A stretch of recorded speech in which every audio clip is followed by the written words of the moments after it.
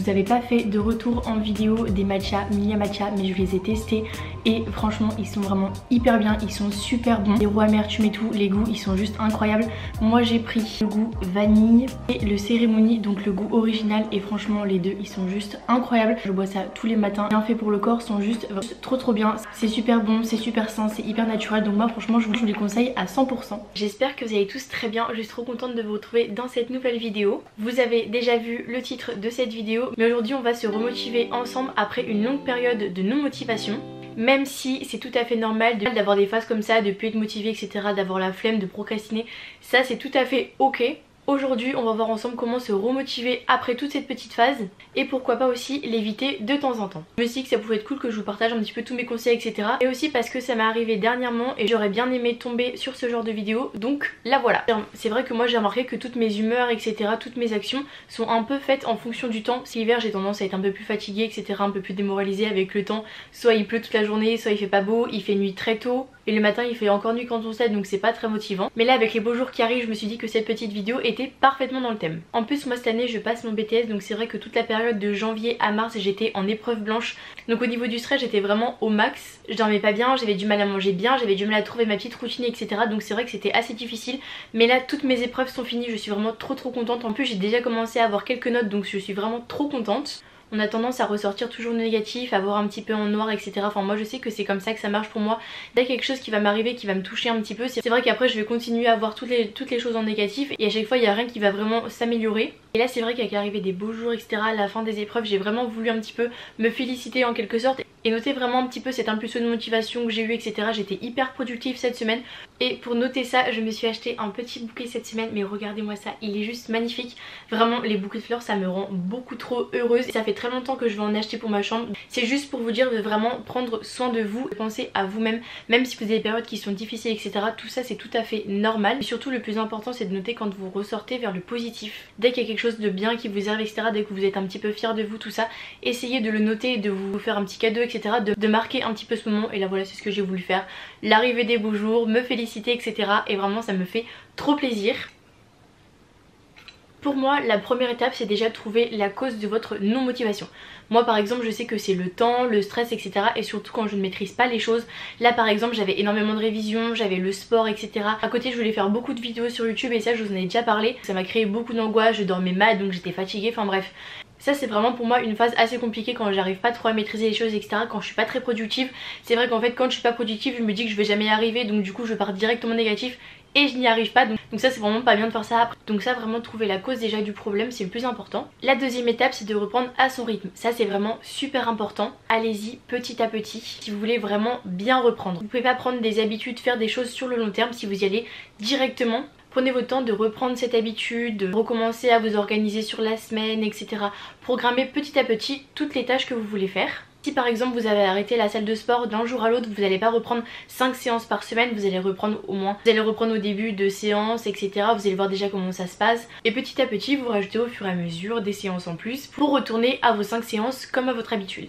Prenez aussi le temps de vous reposer, c'est super important, surtout si vous avez été dans une période par exemple de non-activité, etc. à pas faire directement les choses, ne retournez pas directement. Par exemple là justement pour le sport vous avez besoin de repos, de jours de repos, etc.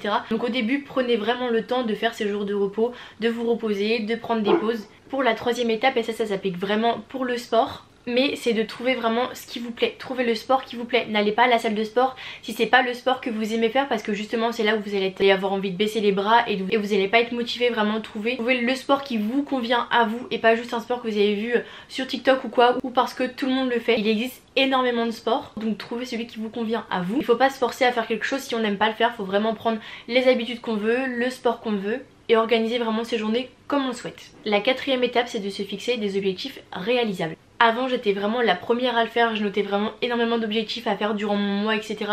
Vraiment des choses pas du tout réalisables et je me mettais une pression de ouf et du coup ça me faisait énormément culpabiliser, donc j'étais tout le temps en boucle vraiment très négatif. Donc vraiment fixez-vous 2-3 objectifs par mois qui sont vraiment réalisables et au moins vous ça va vous faire plaisir, vous allez avoir envie de faire mieux, et au fur et à mesure comme ça vous allez pouvoir avoir des objectifs plus importants sur le long terme et qui vont marcher. Ça sert à rien de se mettre un objectif beaucoup trop haut pour pas du tout l'atteindre et se démoraliser.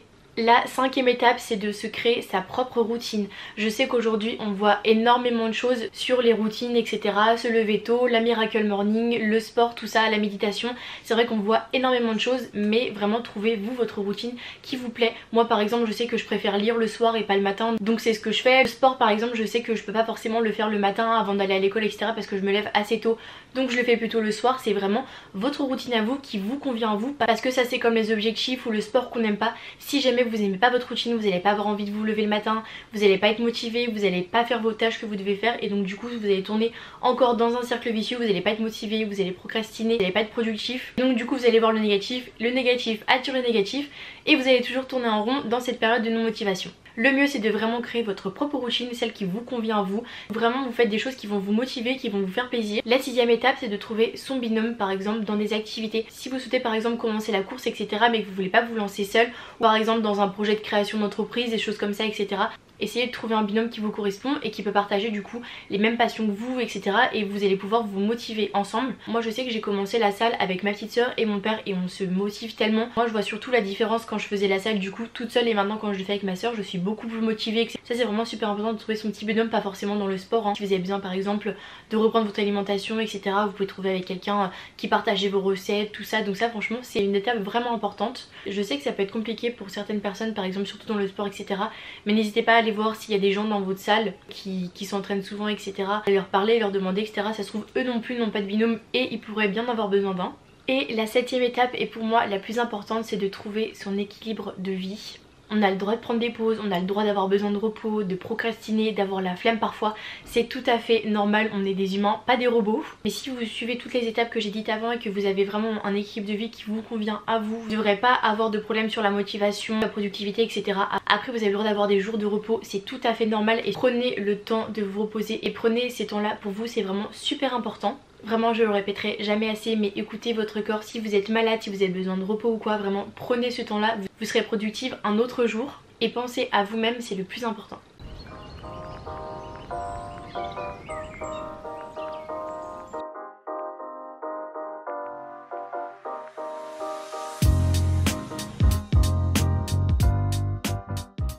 J'espère que vous avez aimé la vidéo, laissez un petit commentaire, ça aide la chaîne à se développer et moi ça me fait toujours très plaisir de vous répondre. Nous on se retrouve dimanche dans 2 semaines. Ciao!